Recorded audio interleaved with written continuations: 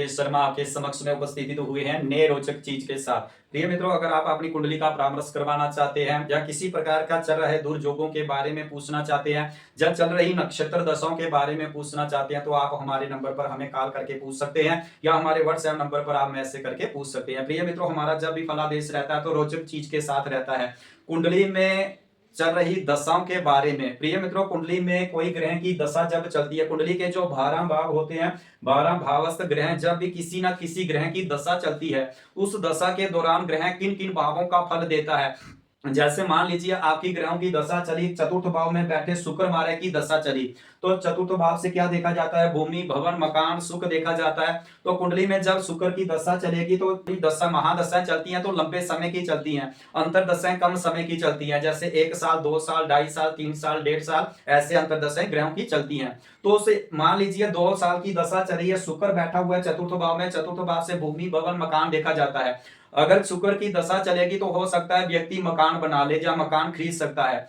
शुक्र की दशा में हो सकता है व्यक्ति मकान बेच सकता है, या हो सकता है शुक्र की दशा में गाड़ी ले सकता है। लेकिन जब 2 साल किसी ग्रह की दशा चलती है तो उस 2 साल के दौरान व्यक्ति ऐसा तो होगा नहीं कि वह गाड़ियां ही लेता रहेगा या सिर्फ मकान ही बनाता रहेगा। कुछ खास प्रबल योग बनता है कि मकान कब बनेगा इनका, या गाड़ी इनके पास कब आएगी, योग बनेगा, लेकिन वह प्रबल योग होगा। तो प्रिय मित्रों, कुंडली में यह चीज देखनी है कि जब ग्रह की दशा चलती है उस दशा के दौरान ग्रह किन किन भावों का फल देता है। जैसे मान लीजिए किसी शुभ ग्रह की दशा चल रही है लेकिन व्यक्ति के जीवन में कष्ट ज्यादा आ गया, कुछ संघर्ष ज्यादा आ गया, तो क्या कारण होता है? जब ग्रह की दशा चलती है, प्रिय मित्रों, आप इस तरह से अगर फलादेश करोगे तो रोचक चीज देखने को मिलेगी।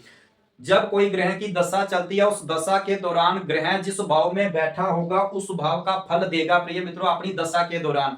फिर जहां पर उसकी उच्च की राशि पड़ रही होगी उस उच्च वाले भाव का भी फल ग्रह उस दशा के दौरान देगा। जहां पर उसकी नीच की राशि पड़ेगी उस नीच वाले भाव का फल भी उसके जीवन में घटित होगा, वह अशुभ फल उनके जीवन में घटित होगा। जिस ग्रह की दशा चल रही है उस ग्रह की जो लगन कुंडली में जिस भाव में बैठेगा उस भाव से जहां जहां पर उसकी दृष्टियां पड़ेगी उन उन भावों का भी फल ग्रह अपनी दशा के दौरान, प्रिय मित्रों, दे देता है। कब देता है? रोचक चीज है यही।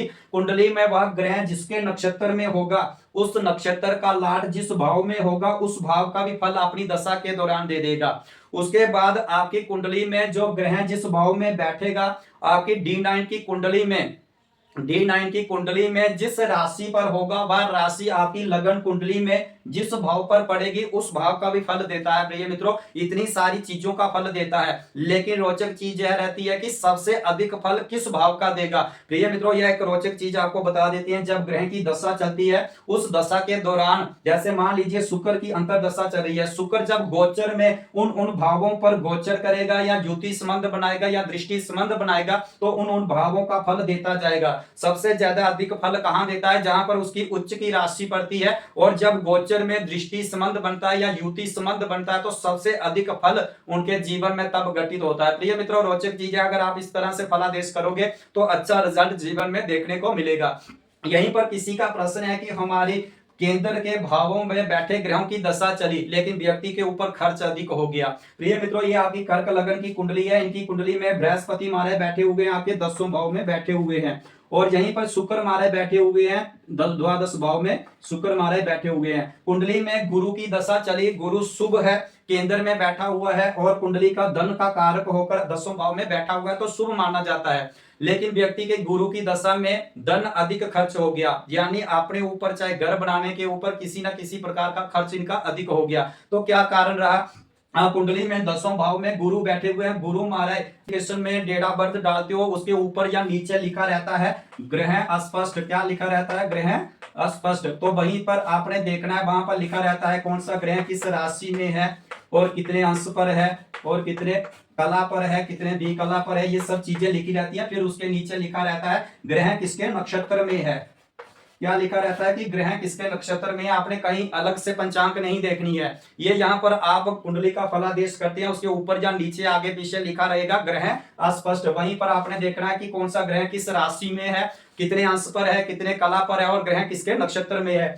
जहां गुरु बैठे हुए हैं, ये बैठे हुए हैं भरणी नक्षत्र में, किसके नक्षत्र में बैठे हुए हैं? भरणी नक्षत्र में है। भरणी नक्षत्र का लाट कौन होता है? कुंडली में शुक्र होता है। तो कुंडली में शुक्र का प्लेसमेंट देखना है। बृहस्पति की दशा के दौरान आपने क्या देखना है कि जिसके नक्षत्र में, भरणी नक्षत्र का लाट कौन है? शुक्र है। तो कुंडली में शुक्र बैठा हुआ है 12वें भाव में। आपने एक चीज का ध्यान रखना है, कुंडली का फलादेश करते समय शुक्र यहाँ 12वें भाव में 10 नंबर की गिनती या 11 नंबर की गिनती, और शुक्र मारे अपनी नीच वाली राशि में ना हो तो ये 12वें भाव में, द्वादश भाव में वैभव करवाते हैं, धन खूब खर्च करवाते हैं। अपनी नीच राशि में ना हो और शनि की राशि में ना हो तो ये खूब दशा के दौरान गुरु क्या है यहाँ पर 10वें भाव में बैठे हुए हैं भरणी नक्षत्र में। प्रिय मित्रों, नक्षत्र का फलादेश सबसे अधिक फल घटित होता है व्यक्ति के जीवन में।